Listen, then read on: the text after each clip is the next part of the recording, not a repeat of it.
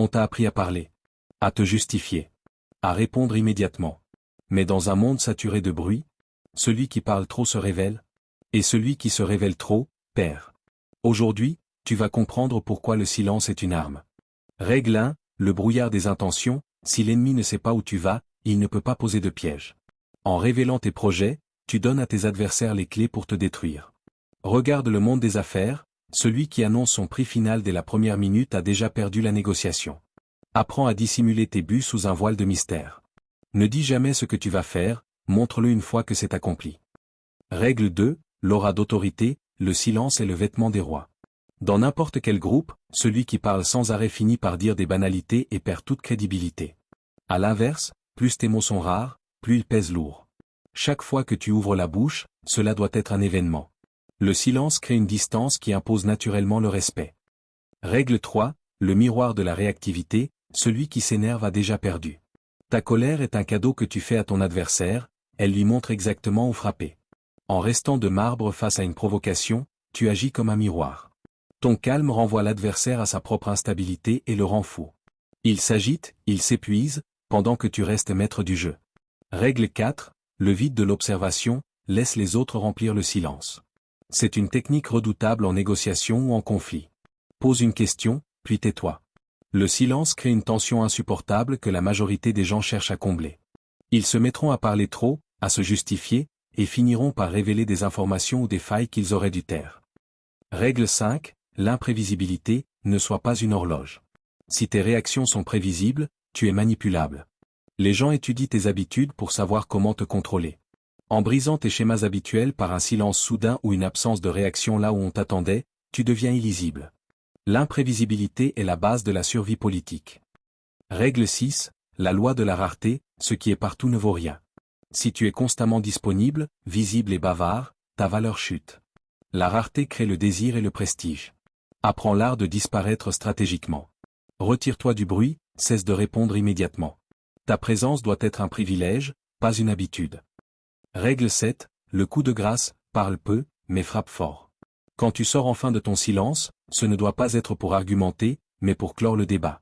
Une phrase courte, tranchante et sans appel est plus efficace qu'un discours d'1 heure. Ta parole doit être comme une lame, elle n'apparaît que pour finir le travail. Comprends bien ceci, le silence n'est pas de la timidité. C'est une discipline de fer. C'est un combat brutal contre toi-même, contre cet ego qui brûle d'envie de briller, de répondre ou de se justifier. Comme le disait Blaise Pascal, tout le malheur des hommes vient d'une seule chose, qui est de ne pas savoir demeurer en repos dans une chambre. La maîtrise de ta langue est le premier pas vers la maîtrise de ton destin. Conclusion, la morale est simple, le faible parle pour exister. Le stratège se tait pour dominer. Si tu es prêt à maîtriser cette arme et à sortir du bruit permanent, écris silence en commentaire pour montrer que tu as compris. Et si tu veux d'autres clés pour décoder les mécanismes du pouvoir, abonne-toi. Le monde moderne t'encourage à réagir vite. Notifications. Opinions. Réseaux sociaux. Débats permanents. Tout le monde parle. Peu observe. Le silence stratégique n'est pas de la faiblesse. C'est du contrôle. Comme l'écrit Machiavel dans Le Prince. Les hommes jugent plus par les yeux que par les mains. Autrement dit, l'apparence domine la perception. Et le silence te permet de contrôler ton image. Ah. Ne révèle pas toutes tes intentions. Celui qui expose ses plans devient prévisible. Et ce qui est prévisible est attaquable. Exemple concret. En négociation salariale, celui qui annonce immédiatement son besoin montre sa dépendance. Celui qui écoute, pose des questions, laisse des silences, garde le pouvoir. Machiavel conseille. Un prince prudent ne doit pas tenir sa parole lorsque cela lui nuit. Traduction moderne. Ne montre jamais toutes tes cartes. Touche 2. Le silence crée l'autorité. Dans une pièce où tout le monde parle, celui qui parle peu est perçu comme plus solide. Le silence crée une tension psychologique. Les autres projettent sur toi profondeur et maîtrise. Comme l'affirme Blaise Pascal. Tout le malheur des hommes vient d'une seule chose, qui est de ne pas savoir demeurer en repos. Celui qui supporte le silence domine l'agitation. Touche 3. Moins tu réagis, moins on te contrôle. La majorité des gens sont émotionnellement réactifs. Une critique? Ils explosent. Une provocation? Ils répondent immédiatement. Mais celui qui garde le silence coupe la chaîne de manipulation. Exemple réel. Sur les réseaux sociaux, répondre à chaque attaque te rend dépendant de l'opinion. Ignorer stratégiquement détruit l'adversaire. Touche 4. Le silence renforce ton centre intérieur. Quand tu parles moins, tu observes plus, tu analyses plus, tu comprends mieux, tu deviens moins anxieux, moins impulsif, plus aligné. Comme le disait Lao Tse, celui qui sait ne parle pas. Celui qui parle ne sait pas. Brutal, mais révélateur.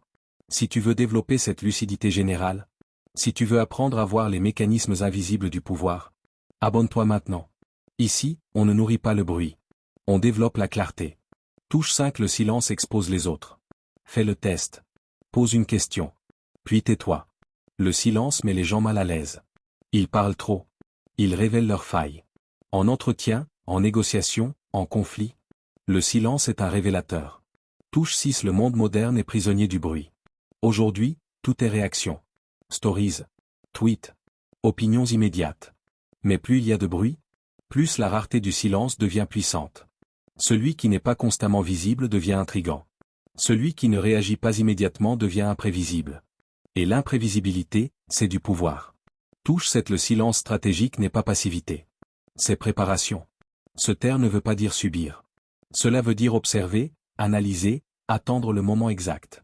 Machiavel explique que le dirigeant doit savoir être lion et renard. Le renard observe. Il attend. Il frappe au moment précis. Le silence est l'espace où la stratégie mûrit. Conclusion brutale. Le bruit est une drogue. Le silence est une discipline. Dans un monde qui parle trop, le silence te rend solide intérieurement. Le silence te rend moins réactif. Le silence te rend plus lucide. Le silence te reconnecte à ta voix intérieure. Le faible parle pour exister. Le stratégique se tait pour dominer. La question est simple. Veux-tu impressionner? Ou veux-tu contrôler? Si tu veux développer cette lucidité générale et cette force intérieure, abonne-toi. Ici, on n'enseigne pas le bruit. On enseigne la maîtrise.